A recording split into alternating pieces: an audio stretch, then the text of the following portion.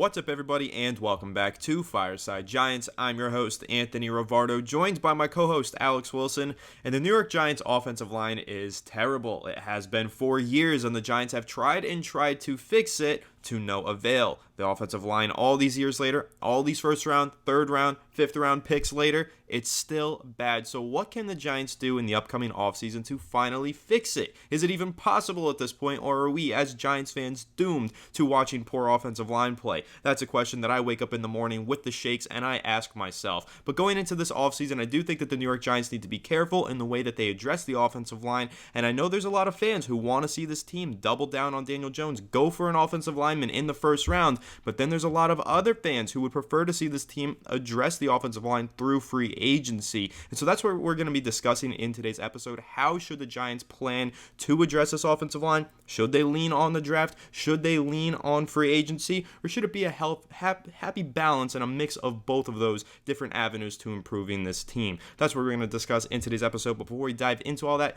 make sure to leave a like if you do enjoy this episode. Subscribe to the channel if you are new. Ring the bell so you don't miss an episode, and comment your thoughts on the topics down below in the comment section. If you listen on Apple or Spotify, please make sure to leave us a 5-star review. Go ahead and follow us on all of our social media channels at Fireside Giants. But without further ado, Alex, how are you doing today, my friend? And what are your initial thoughts on the debate between addressing the offensive line through the draft versus through free agency?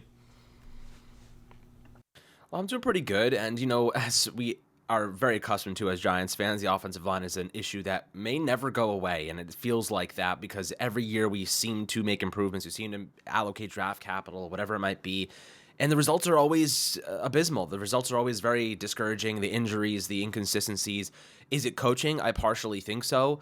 Look at what other teams do. Like, guys step in and they have immediate results. And it's unfortunate because the Giants just, is it a lack of coaching? Is it a lack of talent? Is it a lack of luck? I think it's a combination of all three variables, to be honest with you. But at the same time, you have to think about, okay, what can we do to really turn this thing around right now? And I think that the Giants have to go in the direction of a blend of free agency and a blend of draft capital because, the mock drafts are going to start coming out and people are going to start asking the questions, why are we not drafting an offensive lineman high? Why are we not drafting one in the first round or the second round? And let me give you a kind of blatant response to that. At one point, do you think that rookie offensive linemen are going to make this offensive line significantly better? How often is it that a rookie offensive lineman enters the fold and significantly improves the position? It is extremely rare, especially when your coaching is kind of compromised. So the reason I say that is because I think there needs to be a healthy blend. We've invested first-round picks, second-round picks, mid-round picks, late-round picks. How many picks do we have to throw at this position, at this positional group, before we realize that we need to actually spend some money there, right? We only have one player that's actually earning any substantial money, which is Andrew Thomas on the offensive line. In my opinion, they need to go out into free agency and spend a little bit this offseason. You have Leonard Williams' $32 million cap hit coming off the books. You have Adoree Jackson's $19 million cap hit coming off the books. Look, the truth is simple. Leonard Williams left this defense, and the defense didn't skip a beat. We'll still have a really great unit. And that was without Dexter Lawrence last week. We still played an exceptional game. I know the Patriots are god-awful, but, the truth stands. Leonard Williams, while a great player, I think that we can survive without him. I think that we can replace him with a much cheaper alternative, take some of that money, and roll it over to the offensive line. Now, the free agents next year are definitely going to be a little bit thin. I do think that there are some players that I really want to take a look at. The two on my mind, of course, one of them is going to be more expensive than the other, so I want to get your take on it, of course. The first one on my mind is Trent Brown of the New England Patriots, right tackle, 30 years old. This season's been playing left tackle. But he has a lot of experience on both sides. He's having straight up an elite year with New England. He's going to get paid. But if you're going to spend money, you might as well lock down both tackle spots and then figure out the interior. Have Evan Neal transition to right guard. If they don't want to go in the more expensive route, they want to kind of try to find a different solution, maybe a veteran, someone with more experience that's a little bit older, that's going to be cheaper on a shorter term deal. I could see them going in that direction to compete with Evan Neal outright. But one player that I have in my mind that I would love to bring back is Kevin Zeitler. Kevin Zeitler is a good player, and he was a great player for, the Browns before, and then, of course, us, and then, went on to the Baltimore Ravens, where he's been consistently solid. He's 33 years old. He's going to be cheaper. He made $7.5 million this past season. He's not going to be making a lot of money, and he's a good right guard. Like, he's a player that's going to be slightly above average for you for 1 or 2 seasons as you find that younger transition piece. He's like a bridge to a future player that would be starting there, conceivably. So I do believe that, like, investing a little bit of money in an instant plug starter like Kevin Zeitler, who's been to New York, understands the market, knows what we're trying to accomplish here, I think that's a good investment, because right now we don't have a right guard. Mark Lewinsky is gone.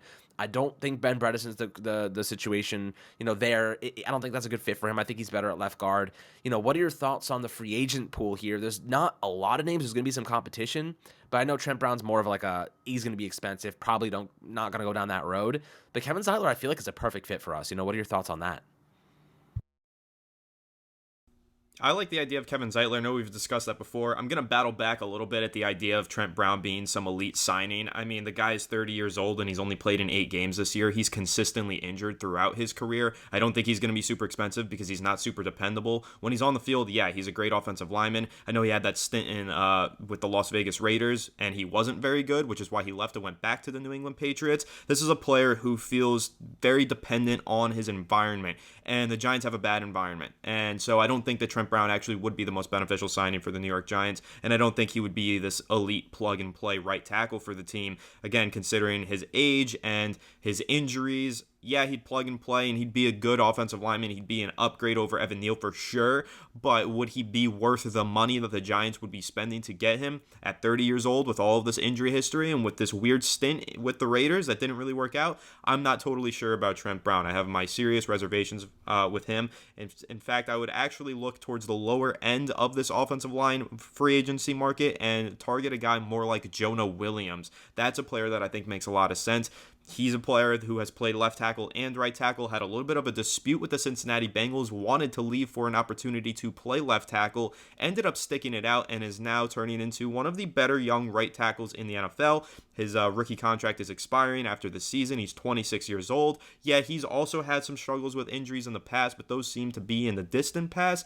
Jonah Williams is a player that I think would actually really help improve this offensive line, especially if he can continue to improve since he is only 26 years old. This could be a more long-term signing, not a stopgap like a Trent Brown. Jonah Williams, 26, sign him for 4 years, 3 years. You have him until he's about 30, and I think that could be a really good solution for this offensive line. There are some other players, some other veterans. Josh Jones has played a lot of guard. He was a right tackle coming out of college. Now he's playing guard for the Houston Texans. He's played tackle before. I think with the Arizona Cardinals, he was playing tackle. That's another player that the Giants could look into, especially if they're considering looking to address the interior of the offensive line instead. Josh Jones has actually been a very solid left guard for the Texans this season, although I do think he has struggled with some injuries or filled in for players with injuries. I know he hasn't played the full season, but it is a thin class of free agents on the offensive line at the tackle position in particular. So when you look at Kevin Zeitler being there, would he be interested in returning to the New York Giants is the main question. I don't think he wanted to leave when he was forced to leave via trade, and I think that Kevin Zeitler is a player who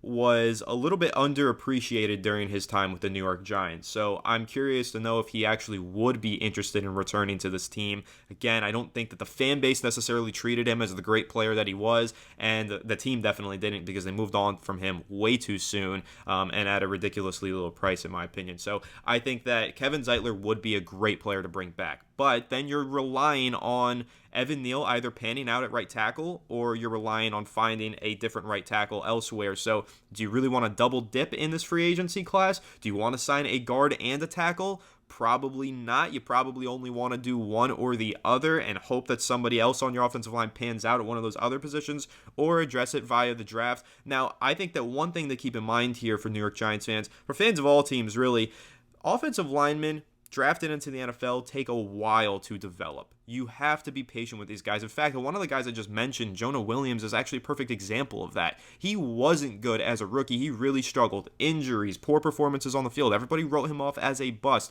It took him forever, but now he's developed into a very good starting offensive tackle. This is not just a thing with the New York Giants, where our offensive linemen suck in the first season of their career, the second season of their career. This happens all across the league. Sometimes it takes a player having a change of scenery, like Josh Jones, who I mentioned, like Trent Brown, who I mentioned. And other times, it's really just about giving them enough time to grow, because the best way that you get better at football is by playing football. So I'm not writing off guys like Marcus McKethan and Josh Azidu. I still think Josh Azidu has the potential to be a very solid starter on the Giants' offensive line. I just think he was thrown into a crappy situation this season, forced to play left tackle. That's not his job. Forced to play left guard, right guard, moving all over the place with bad players playing alongside him. Josh Azidu is a good football player, and there's a lot of potential there, and the Giants need to be patient with him and not just replace him. And I feel like that's something that they do rather frequently at a lot of positions. They get a little bit impatient, wait not long enough for a player to develop, and then draft a replacement or sign a replacement.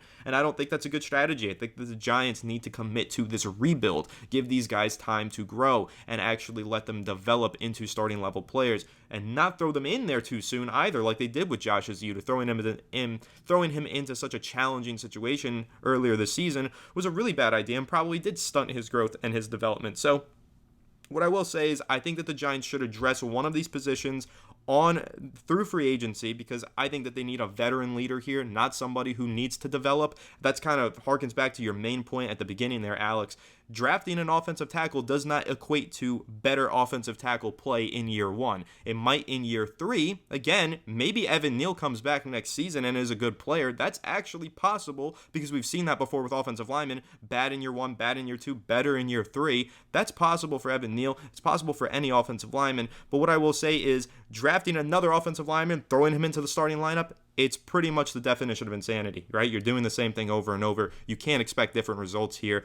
Rookie offensive tackles seldom step into the NFL as quality starters. Think about what you're asking a 22-year-old kid to do there, right? Just step in and be an upgrade over some 30-year-old and go up against 30-year-old NFL players who've been in the league for a decade and know how to beat down rookie offensive linemen. It's very rare that you find a rookie who finds success immediately. So if the Giants want to improve their offensive line in 2024, they need to sign a veteran. It's not about whether or not they want to. They need to sign a veteran or trade for a veteran piece to immediately upgrade their offensive line. Then you take some other players and develop at other positions. So I think that right tackle is a position they need to address through free agency with at least an average starter.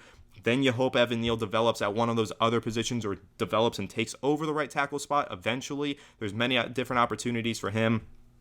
Or you could even trade Evan Neal at this point. I'm sure that there would be somebody who kind of views his Alabama days as potential and would take a chance on him. So kind of similar to Josh Jones from the Houston Texans right now. They traded for him from Arizona because they saw potential on his college film. So there's a lot of different scenarios here, Alex, but I will say I agree with you. You know, Kevin Zeitler would be a top target, but that leaves the team really thin at offensive tackle. How are you feeling about what I said there with letting these players develop, though? Because I know that the development has been mightily slow for Evan Neal, and he might not ever develop. I've honestly lost my confidence in him, and I don't think that he will develop. But I'm not going to completely rule out and say that it's not possible. But really looking at some of those other players like Josh Azidu, I feel like they stunted his growth, killed his confidence with the way that they threw him with the Wolves this season. But how do you feel about being patient with some of these offensive line prospects, and how, you know, you have to be patient with them, and that's why ultimately the Giants shouldn't rely on a rookie to plug in as the starter next season? I mean, look, that's exactly right. The truth is this: if you go and you draft a rookie as an instant starter, you're setting yourself up for failure next year. And for what it's worth, Joe Schoen and Brian Daboll cannot afford to fail next year. They need to win games next year. Otherwise, they're going to be fired. You think they're going to tie themselves to a rookie offensive lineman who's supposed to save the day again? They already saw what happened with Evan Neal. You know, JMS has struggled this year. I think he's going to be totally fine and a good player for us, but he's definitely had his rookie hiccups. I don't think that's a good strategy for them at all. I really like the idea of Jonah Williams. He's a fine player. Like, he's a decent enough run, pass blocker. He's a good run blocker to a degree. I think this is a guy that steps in immediately and provides you at least average level play. And I think that's what the Giants are looking for right now. At least average level offensive line play. An average offensive line, think about what that could do for us. Going from the worst in the league to average would be like night and day. Would be like having a functional offense to having an absolute piece of garbage offense that can't move the football downfield.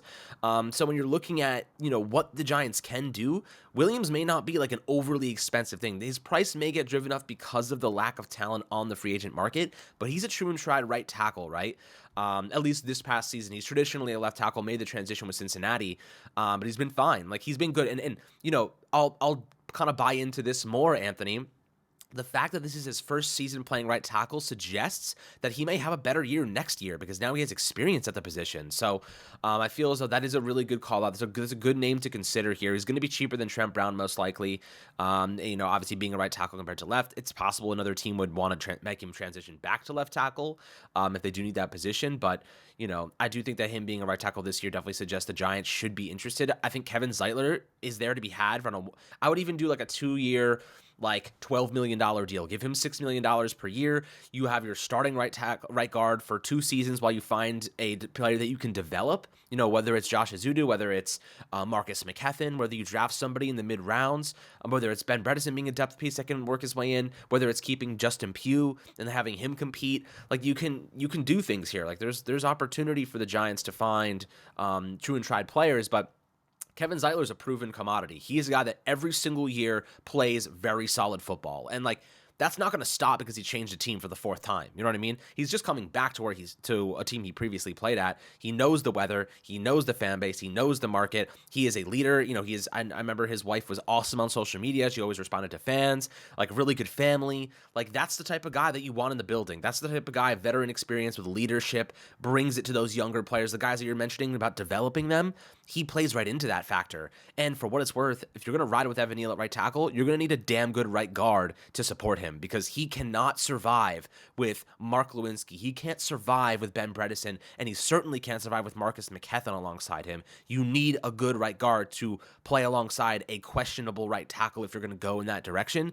But if you go out and you sign Jonah Williams and you sign Kevin Zeitler and you let Evan Neal develop, you change his position, let him work in a guard, be that like first reserve, I think that's a fine scenario. Is he going to be happy? Probably not. Maybe you end up trading Evan Neal to somebody that still sees the value there, that thinks they can turn him around. Maybe there's an opportunity there where you just turn that position over entirely because he gets stuck behind, players that are simply better than him. It's not out of the realm of possibility that the Giants try to do something creative here to solve this position. But the truth is simple. Like, even if you run it back with Daniel Jones and you don't have a good offensive line, you're screwed. If you go and draft a quarterback and you don't have an offensive line, you're going to stunt their growth again. So one thing is for sure, the Giants are going to take the $50 million in salary space and they're going to use some of that to improve a unit that's really bad. I mean, think about what other positions we have to spend on. We need a CB2. We need probably another receiver, which you could draft in the 2nd round. You're going to be doing a lot of breakdowns on the receiver class this year, and there are guys that are round 1 quality that are going to be available in round 2. Like, there's some really good players there. And then you obviously need to see about the free safety position with Xavier McKinney. So if you spend, let's say, $12 million on Xavier McKinney per season, you spend, $10 million on a CB2, and then you have, you allocate $30 million toward rebolstering the offensive line. Maybe you go out and get another pass rusher. Like, you can get it done, and then you can push some of that money beyond 2024 because you'll theoretically have a rookie contract at the quarterback position, and Daniel Jones will be gone if you take the out in his deal. So you have money for the future as well. Like the Giants have funds. They have, plenty of salary space to get to work through this situation. But one thing is for sure, if Joe Schoen doesn't figure out this offensive line, we're going to be right back where we started this year. And I think a good blend of drafting and, free agent, financial allocations is probably in our best interest. But I think that right now I'm leaning towards quarterback in round 1 and receiver in round 2, and then go offensive lineman. Well, we have 2 2nd-round picks. So, like, you could utilize those, given you don't trade up for a quarterback. You can get an offensive lineman and a receiver in the 2nd round. Like, that's totally in the realm of possibility. And then you get yourself maybe a pass rusher in the 3rd round, see somebody with some upside there, maybe someone that drops and, has a little bit of potential. So, there's ways to solve this, but I do believe that those 2 2nd-round picks, that Seattle pick is going to end up becoming very, very valuable for us. And I'm really curious to see how the Giants go about that. But, preferably, where would you allocate some of these resources in the draft specifically towards the offensive line? Yeah, I mean, it really depends on how the board falls. I think it's really difficult to look at mock drafts or kind of do a mock draft at this point in the season because you have a lot of Senior Bowls, Shrine Games, Bowl games. There's so much coming up here that are really going to separate some of these different prospects at different positions. And then you got the scouting combine. You might have a guy who you think is a first-round wide receiver, shows up at the scouting combine 20 pounds overweight, and now he's a fifth-round receiver. So it's really difficult to make these projections so early and so far out from these drafts. But how would I address these positions? I mean, again, it depends on how the board falls, but I would lean quarterback in round one. As you all know, I am kind of ready to move on from Daniel Jones, find that next home run hitter from the quarterback position, hopefully secure that generational franchise guy. That's what I'm hoping for in round one. Round two, I think it's good to give him support, whether you're talking about offensive line or you're talking about a receiver, something dynamic there. But again, when I'm talking about giving him support, what if the Giants end up trading that other second-round pick, that Seattle second-round pick, for a guy like T. Higgins? You know, you just don't know yet how to allocate these resources because you don't even know what resources you have. One of the things that we mentioned, Alex, that was so great about having that additional second-round pick is they could trade it for another star player established in the NFL, like a wide receiver, like an Ayuk or a Higgins, or they could use it to trade up and land the quarterback that they want with the first or second overall pick. So it's really tough to determine how I would like to allocate these resources. One thing that we know based on projection, the Giants are expected to have, I think, 4 picks inside the top 75. If they use all 4 of those picks, I would like to see quarterback with at least one of them, or with one of them. I would like to see receiver with one of them, and I would definitely like to see offensive line addressed with one of them. And it doesn't have to be a second round or a first round offensive lineman. I don't need that blue chip. I'm cool with the Giants stopgapping it with Kevin Zeitler at right guard and then drafting a second or third round prospect at right guard and developing him behind Zeitler for the next 2 seasons and then expecting him to take over as the starter in like 2026. That's fine with me. These draft picks are not meant to contribute immediately, and that's something that Giants fans really need to start understanding. We haven't been able to witness that because in recent years, the Giants have been such a bad team that these young guys have to be on the field, and that's kind of almost ruined our perception of what is a draft pick, like what is a prospect. And it's a prospect. It's not a ready-made player who's here to compete from day one.